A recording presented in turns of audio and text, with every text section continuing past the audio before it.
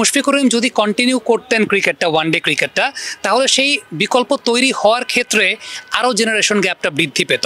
আমার কাছে ব্যক্তিগতভাবে মনে হয় যে মুশফিকুর রহিম এই সময় অবসরের সিদ্ধান্তটা নিয়েছেন, একটা যথোপযুক্ত সিদ্ধান্ত নিয়েছেন। কারণ ওই যেটা বলছিলাম যে এই সিস্টেমটা যদি আরও প্রলংড হতো, তাহলে ওই 2027 বিশ্বকাপের জন্য দল গঠনের ক্ষেত্রে কিংবা কম্বিনেশন সেট করার ক্ষেত্রে কিংবা জেনারেশন গ্যাপটা রেকটিফাই করার ক্ষেত্রে আমাদের আরও বিলম্ব প্রয়োজন হতো। আপনি একটা বিষয় চিন্তা করে দেখেন যে খালেদ মাসুদ পাইলট, তাকে রিপ্লেস করে তাকে বাদ দিয়ে কিন্তু মুশফিকুর রহিমকে নেওয়া হয়েছিল। তখন ফারুক ভাই চিফ সিলেক্টর ছিলেন। তখন যদি ফারুক ভাই চিন্তা করতেন যে না, খালেদ মাসুদ পাইলটই খেলবে, তাইলে কিন্তু এই জেনারেশন গ্যাপটা বৃদ্ধি পেত, তাহলে কিন্তু মুশফিকুর রহিমদেরকে আমরা পেতাম না। সো আলটিমেটলি আমার কাছে মনে হয় যে সিদ্ধান্তটা যেটা নিয়েছেন সঠিক সিদ্ধান্ত নিয়েছেন। আর স্টেটাস দেওয়ার সংস্কৃতির কথা আপনি বলছেন, মহেন্দ্র সিং ধোনিও একটা স্টেটাস দিয়েই কিন্তু বিদায় নিয়েছিলেন, স্টিভেন স্মিথও কিন্তু একটা স্টেটাস দিয়ে বিদায় নিলেন। সো কোথায় থামতে হয়, কখন থামতে হয়, সেটা সবচেয়ে ইম্পর্টেন্ট। এটা না যে মাঠ থেকেই বিদায় নিতে হবে। তবে হ্যাঁ, মুশফিকুর রহিমকে যদি আমরা মাঠ থেকে বিদায় দিতে পারতাম, কিন্তু তার ফর্মটা তো আসলে ওইরকম ভালো ছিল না, যে কারণে হয়তো বা আমরা মাঠ থেকে বিদায় নিতে পারি নাই। ফর্ম ভালো ছিল না, দ্যাট ডাজন্ট মিন তিনি আগে কী করেছেন সেই ব্যাপারটা আমরা অস্বীকার করব। ক্যারিয়ারের শেষের একটা পর্যায়ে একজন প্লেয়ারের ফর্মটা খারাপ থাকতেই পারে। ভালো লাগতো যদি ক্যারিয়ারের শেষ ম্যাচটা একটা 50 করে বা একটা ম্যাচ উইনিং নক খেলে তিনি বিদায় নিতে পারতেন, বাট সেটা যেহেতু হয় নাই। দেখেন same thing goes with Mahendra Singh Dhoni. তিনিও একটা স্টেটাস দিয়েই বিদায় নিয়েছেন, তাও কেউ জানতো না, একদম নীরবে নিবৃতে।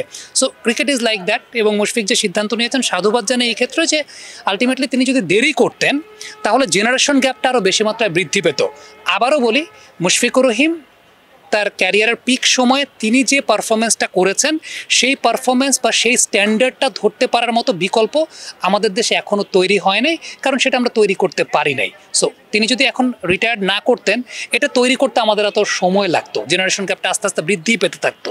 তো আজ আমার যেটা মনে হয়, যেটা সিদ্ধান্ত নিয়েছেন সঠিক সিদ্ধান্ত নিয়েছেন। লিটন কুমার দাস ওয়ানডে দলে নেই, জাকির আলী অনেককে দিয়ে ওয়ানডেতে কিপিং করানো হয় না, তো সেক্ষেত্রে আসলে মুশফিকুর রহিমও তিনিও বিদায় নিলেন। তাহলে আসলে এবার কিপিং নিয়ে আসলে কি পরিকল্পনা করা উচিত? তৈরি তো করতে হবে। ওই যে আপনি যেটা বললেন যে জাকির আলী অনেক ওয়ানডেতে তাকে কিপিং করানো হয় না, করানো হবে এখন। মুশফিকুর রহিমও তো যে সময়টা ইন্টারন্যাশনাল ক্রিকেট খেলতে এসেছিলেন, তার কি স্ট্যান্ডার্ড খুব হাই ছিল? তার তো স্ট্যান্ডার্ড খুব হাই ছিল না। তিনি তো ডে বাই ডে নিজেকে প্রমাণ করেছেন। এবং একটা বিষয় খেয়াল করে দেখেন, মুশফিকুর রহিম, তামিম ইকবাল, মাহমুদুল্লাহ রিয়াদ, সাকিব আল হাসান শুরু থেকেই ফর্মে থাকতেন বা শুরু থেকেই তিনি পারফর্ম করতেন। তামিম ইকবালও ইনিশিয়ালি 2টা ম্যাচ বেশ ভালো পারফর্ম করেছিলেন, কিন্তু তারপরও তাদের পেছনে কিন্তু ইনভেস্ট করেছে বাংলাদেশ ক্রিকেট বোর্ড। তারা আউট অফ ফর্ম থাকার পরও তাদের পেছনে ইনভেস্ট করেছে, তরুণ ক্রিকেটারদের প্রতি ইনভেস্টের জায়গাটা করেছে।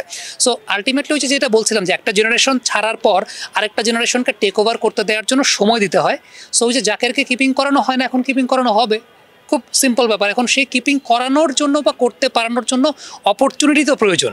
ওই অপরচুনিটিটা এখন ক্রিয়েট হয়েছে, যে মুশফিকুর রহিম এই মুহূর্তে নাই, এখন জাকেরকে আপনি ওই জায়গাটায় কিপিংয়ের জন্য প্রমিনেন্ট করবেন। কিংবা লিটন কুমার দাস যদি প্রিমিয়ার লিগটা ভালো খেলেন, ওয়ানডে টিমে যদি তাকে ইনকর্পোরেট করানো যায়, দেন মাহিদুল ইসলাম অঙ্কনের জন্য একটা সুযোগ তৈরি হলো কিনা? অবশ্যই সুযোগ তৈরি হলো। মাহিদুল ইসলাম অঙ্কন এর আগে ঢাকা প্রিমিয়ার ডিভিশন ক্রিকেট লিগে টপ স্কোরার ছিলেন। সো আলটিমেটলি তারও তো একটা ফেয়ার চান্স তো তিনি ডিজার্ভ করেন। আমরা ইন্ডিয়াতে যেটা দেখি, যে সাপোজ একটা প্লেয়ার হয়তো বা বিজয় হাজারে ট্রফিতে খুব ভালো করেছেন, তাকে ইমিডিয়েটলি আমরা হয়তো বা দেখতে পাই যে জিম্বাবুয়ে বা ওয়েস্ট ইন্ডিজ বা ইন্ডিয়া, যাদেরকে একটু খর্বশক্তির মনে করে, শ্রীলঙ্কা, তাদের এগেনস্টে তাদেরকে ইন্টারন্যাশনাল টেস্টটা পাওয়ানো হচ্ছে। আপনি যদি দেখেন যে ওয়ানডে টিমটা, ঋতুরাজ গায়কোয়াড় ওয়ানডে অলরেডি খেলে ফেলেছেন, অনেকগুলো ওয়ানডে খেলে ফেলেছেন। অভিষেক শর্মা অনেকগুলো টি20 তিনি খেলে ফেলেছেন। ইয়াশাদভি জয়সওয়াল তো জাস্ট ওয়ানডেতে তার ডেবিউ হলো, বাট অনেকগুলো টেস্ট ক্রিকেট তিনি খেলে ফেলেছেন, পরিশীলিত হয়েই তিনি এসেছেন। বাট ওই যে পাইপলাইনের প্লেয়ারদেরকে ইন্টারন্যাশনাল টেস্টটা পাওয়ানোর জন্য ডেফিনেটলি ইন্ডিয়া যে প্রসিডিউরটা মেনটেন করে, যে একটু খর্বশক্তির দলগুলোর এগেনস্টে তাদেরকে খেলানোর জায়গাটা। সো সামনে ওয়ানডে হয়তো বা পাকিস্তানের সঙ্গে ওয়ানডে বাংলাদেশ খেলবে, এরপর শ্রীলঙ্কার সঙ্গে হয়তো বা সিরিজ আছে, আমি এখনো ঠিকঠাক মতো জানি না, আছে। সো আমার কাছে মনে হয় যে ডেফিনেটলি ওই ফেয়ার চান্সগুলো তো তারা ডিজার্ভ করে না। আমি আবারও বলছি যে মুশফিকুর রহিমরা বা সাকিব আল হাসানরাও তো কাউকে না কাউকে রিপ্লেস করেই এসেছিলেন। ওই জেনারেশন গ্যাপটা তখন কিন্তু আলটিমেটলি অত বেশি আমাদের প্রত্যক্ষ করি নাই, কারণ রাইট টাইমেই তাদেরকে ইন করানো হয়েছিল। এবং ফারুক আহমেদ যখন চিফ সিলেক্টর ছিলেন তিনি প্রশংসিতই ছিলেন এই কারণে যে রাইট মোমেন্টে রাইট সিদ্ধান্তটা তিনি গার্ডস থেকে নিয়েছিলেন। তখনকার সময় খালেদ মাসুদ পাইলটকে ড্রপ করিয়ে মুশফিকুর রহিমকে নেয়া এটা কিন্তু অনেক সাহসিকতার সিদ্ধান্ত ছিল। ওই সাহসিকতার সিদ্ধান্তটা আমরা পরে বাংলাদেশের সিলেক্টরদের কাছ থেকে আসলে দেখতে পাইনি ওইরকমভাবে। But Faruque Ahmed as a chief selector তিনি তখন সেই কাজটা করেছিলেন।